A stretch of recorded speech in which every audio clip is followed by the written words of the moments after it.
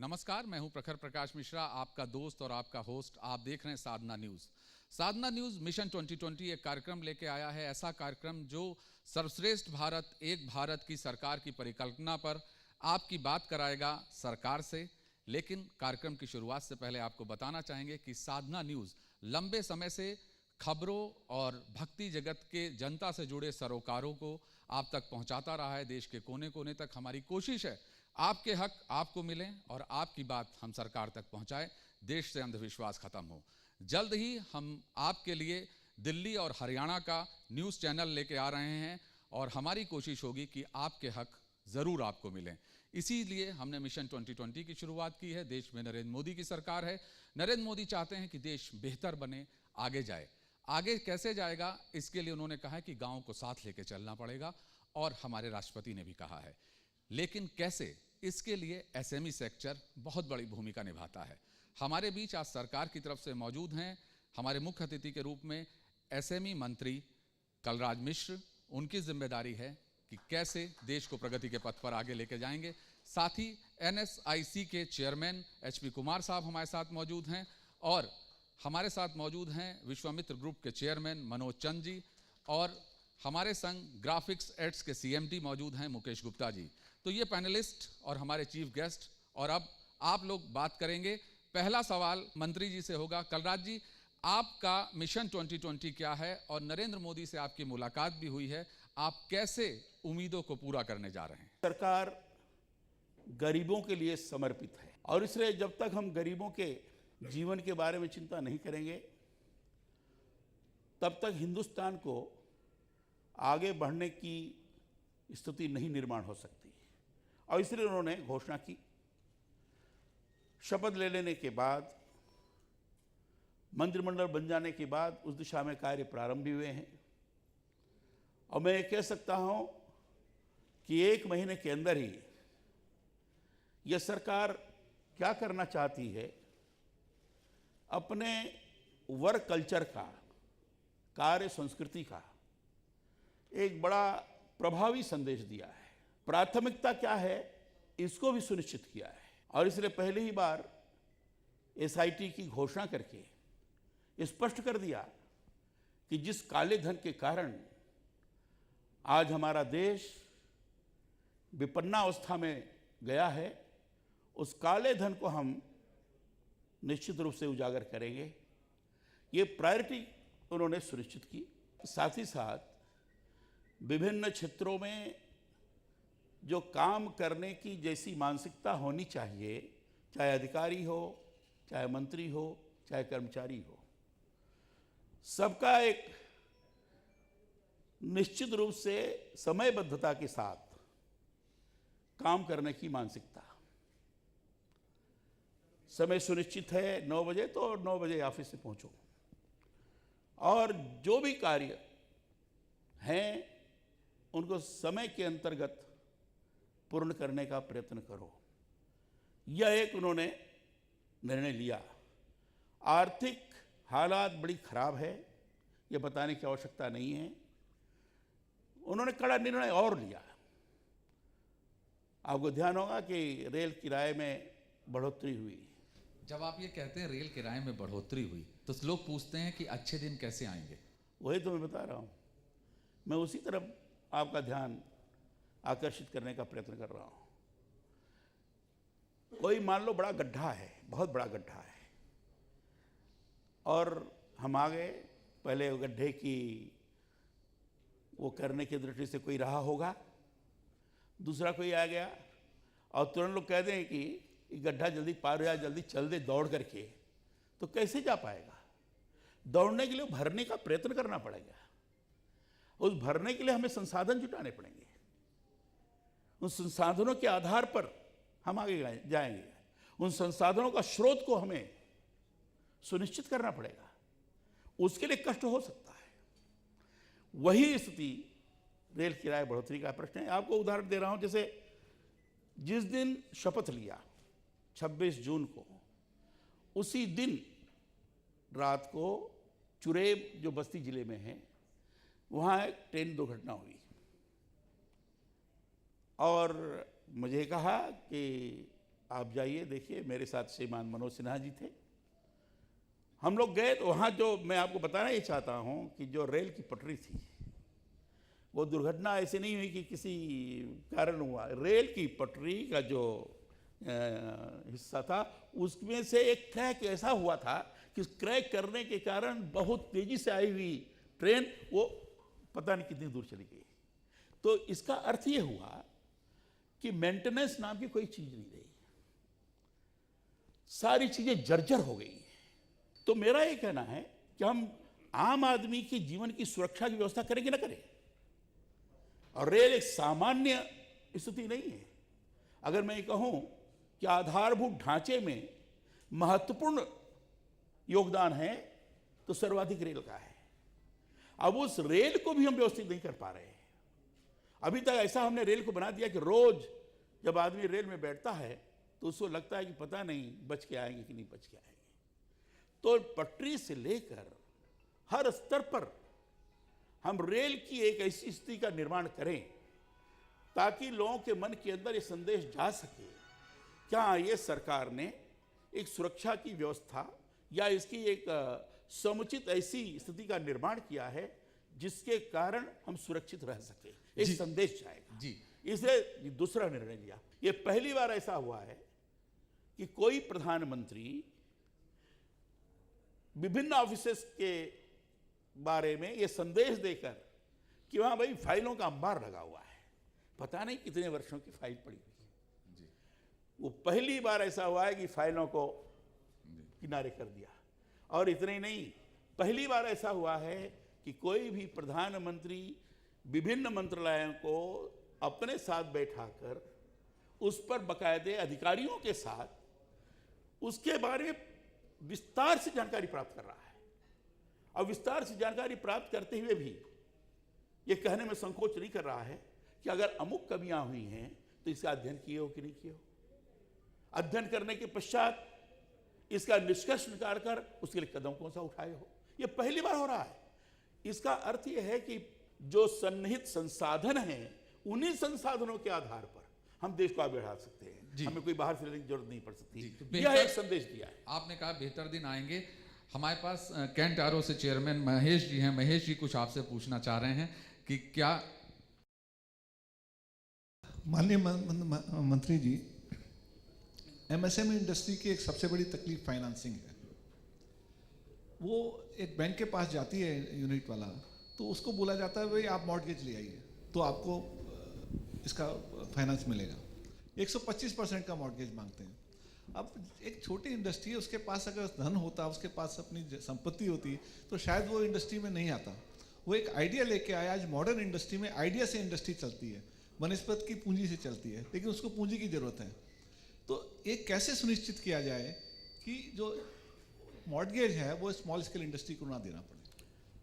देखिए, एमएसएमई को प्रभावी तौर पर लागू करने के पीछे की भूमिका ही रही है कि छोटे छोटे उद्यमी इसमें सहजता के साथ भाग भी ले सके, उत्पादन भी कर सके, उनकी मार्केटिंग भी हो सके, उनको धनोपार्जन भी हो सके और बेरोजगारों की समस्या का समाधान भी कर सके।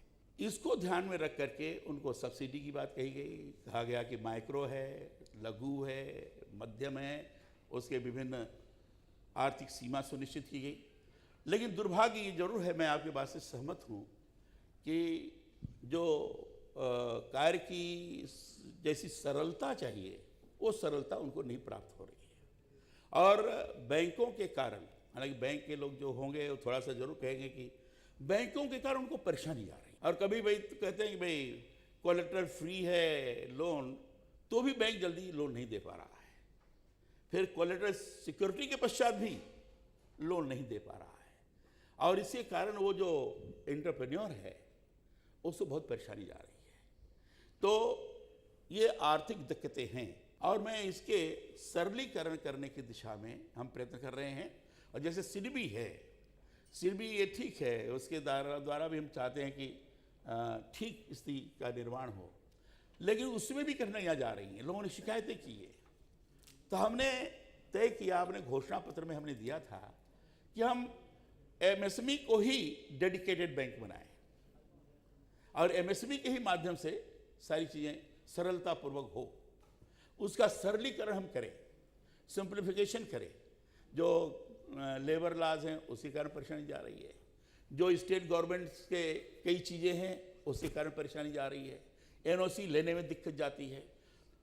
हमने ऐलान किया है कि सिंगल विंडो सिस्टम करेंगे, उसको ढंग से लोन मिल जाए इसकी व्यवस्था, साथ ही साथ उसको एनओसी जल्दी मिल जाए उसकी व्यवस्था, कोलेटरल फ्री जो देने की बात है तो इसमें आ जाती है, क्रेडिट रेटिंग का प्रश्न आता है, तो क्रेडिट रेटिंग के लिए भी अलग से एजेंसी लगाकर उसकी व्यवस्था, सस्ते दर पर क्रेडिट रेटिंग हो इसकी व्यवस्था, ये सारी चीज़ें करने का हम प्रयत्न कर रहे हैं। इस पर हमने डिस्कस किया है और उसका कोई न कोई प्रारूप बनाकर हम प्रधानमंत्री जी के पास ले जाएंगे और उसके लिए जो भी कैबिनेट में जाकर के भी नीति बनाने की आवश्यकता पड़ी तो करेंगे।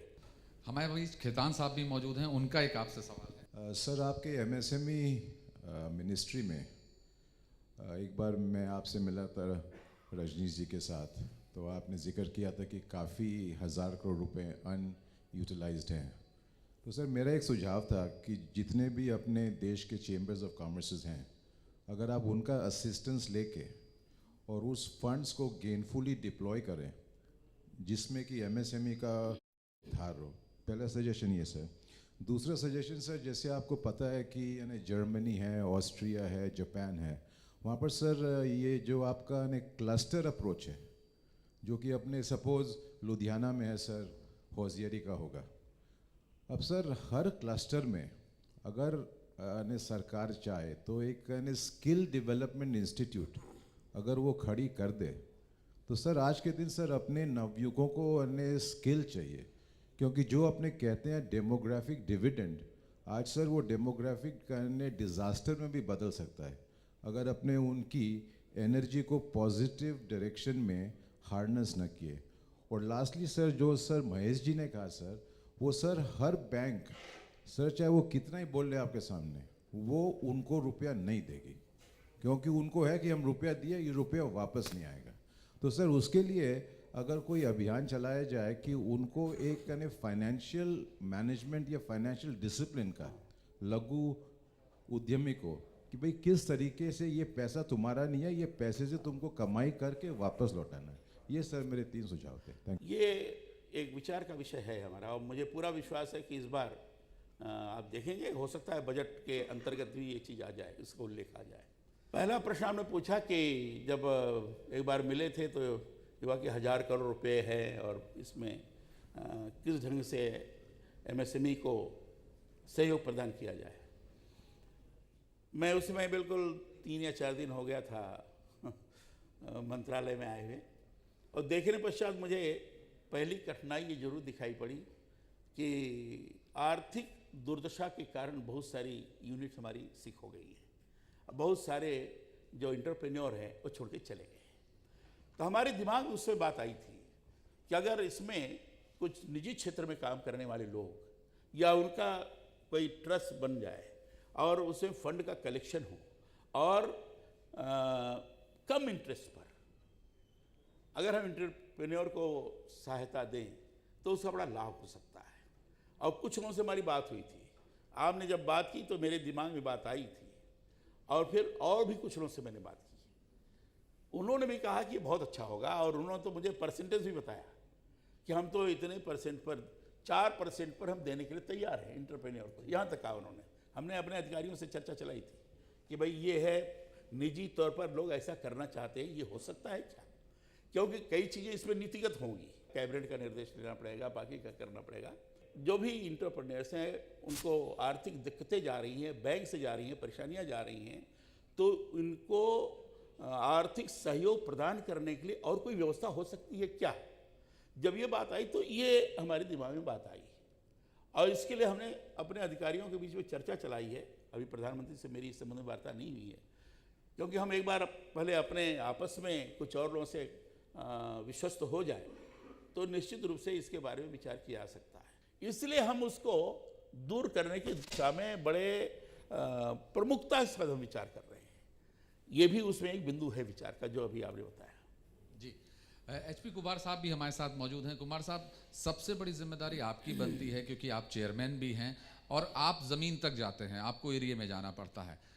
कैसे आपका प्रोडक्ट सबसे बेहतर बनेगा? चीन का जो सस्ता माल है उसकी वजह से यहाँ का व्यापारी बहुत परेशान है, कैसे उसको आप कंपटीशन देंगे? पहले तो सबसे पहले मैं ये बता दूं कि लघु उद्योग देश में आर्थिक विकास की एक रीढ़ की हड्डी है और यहाँ के लघु उद्योग में बहुत अधिक संख्या में लोग लगे हुए हैं। लगभग 8 करोड़ लोग लगे हुए हैं इसमें एम्प्लॉयमेंट में। परंतु यहाँ के लघु उद्योग में एक कमी ये है जिसकी वजह से चीन ओवरटेक कर गया पिछले कुछ वर्षों में मैन्युफैक्चरिंग में। इसमें बहुत अधिक संख्या में लगभग 90% अनौपचारिक यानी कि इनफॉर्मल सेक्टर में जो इकाइयाँ हैं वो काम कर रही हैं, रजिस्टर्ड नहीं है, उनको कोई सुविधाएं नहीं मिलती, उनको बैंक की क्रेडिट नहीं मिलती, उनको मार्केटिंग की सुविधा, उनको मशीनों के बारे में जानकारी नहीं है कि हम प्रोडक्शन को स्केल अप कैसे करें।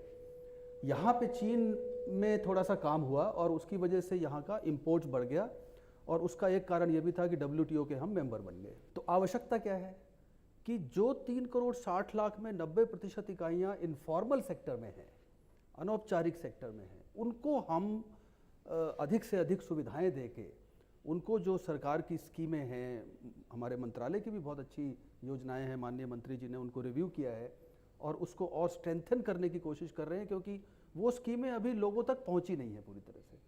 कुछ 5% 10% लोगों तक पहुंच रही हैं, परंतु उनको स्केल अप करके, उनका इम्पैक्ट क्रिएट करके, लोगों को जानकारी देकर, ताकि वो इनफॉर्मल सेक्टर की जो एंटरप्राइजेज छोटी छोटी काम कर रही हैं अपने शेल में, उनको हम फॉर्मलाइज करके उनको हम थोड़ा स्केल अप करने के लिए सुविधाएं दें, जिसमें ये बैंक क्रेडिट भी एक बहुत बड़ा सवाल है। माननीय मंत्री जी ने एक रिव्यू किया कि हम उनको कैपिटल कैसे प्रदान कर सकते हैं क्योंकि उनके पास मार्जिन मनी नहीं है। अब हमने उनको ला के ट्रेन किया, उनको अपने सेंटर्स में ला के उनको एंटरप्रेन्योर बनाने के